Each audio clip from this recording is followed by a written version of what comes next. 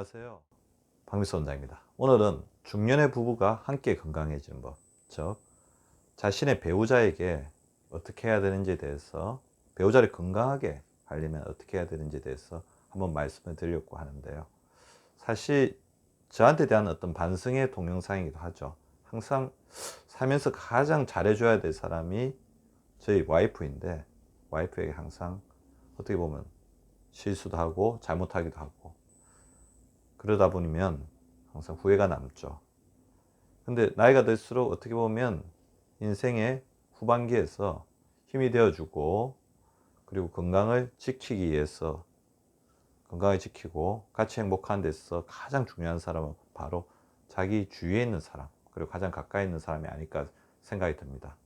그래서 지금 현재 부부 생활을 하고 계신 분이라면 어떻게 부부가 함께 건강해질지, 중년의 남편, 중년의 아내분들은 한 번쯤 제 이야기를 들어보시기 바랍니다.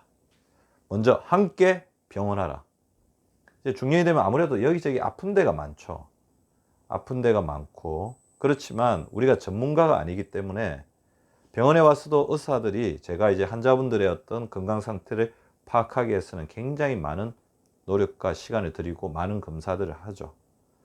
따라서 어떻게 보면 우리 일반인들, 의사가 아니신 분들이 배우자의 건강 상태를 아는 것은 굉장히 쉽지는 않습니다만 필수적인 것, 그리고 어떤 큰 문제가 닥쳤을 때 그것을 해결할 수 있도록 하는 것은 알고 있는 게 중요합니다. 먼저 우리 환자분들도 자기가 먹는 약을 모르는 경우가 있어 가지고, 만약에 여행을 가거나 약을 어떻게 분실했거나, 그래서 자기가 잘 모르는 병원에 갔을 때는 약을 몰라서 굉장히 허둥지둥 하는 경우가 있습니다. 따라서 배우자의 먹는 약을 파악하고 있는 게 굉장히 중요할 것 같아요.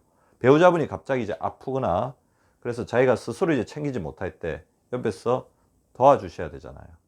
그럴 때 그런 정보를 가지고 있는 사람은 어느 병원에 다니고 있는지부터 어떤 약을 먹고 있는지까지 파악하고 있는 것은 배우자가 되어야 됩니다. 그래서 저는 여러분들이, 우리 배우자분들이 약을 타가지고 오면, 그러니까 규칙적으로 먹는 약 있죠. 혈압약, 당뇨약, 고지혈증약, 그 다음에 뭐 여러 가지 약들이 있습니다. 매일 규칙적으로 먹는 약이 있다면, 아니면 자주 먹는 약이 있다고 한다면 사진을 찍어 두시기를 바랍니다. 뭐 약 봉투도 좋고 처방전도 좋을 것 같아요.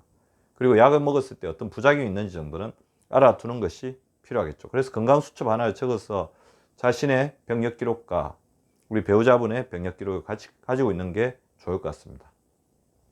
또 같이 건강해진 핵심적인 것, 경험을 같이 하는 게 중요한데요. 병원 경험도 한번 같이 해보시면 좋을 것 같아요. 병원 경험 중에서 가장 대표적인 병원 경험이 바로 건강검진이죠. 건강검진을 배우자분과 함께 받아보시기를 바라고요.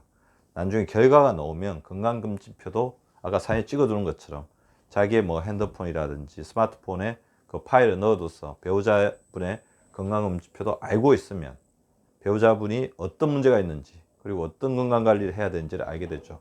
그리고 마지막으로 한 개 더 함께 병원하라 말씀드릴 때, 우리 배우자분이 다니는 단골 병원, 자주 다니는 병원에 한 번 정도 방문하셔서 그 주치의로부터 배우자분이 개선해야 될 생활 습관이 뭔지 따라가 주는 것만으로도 배우자는 굉장히 든든한 느낌을 가질 것입니다.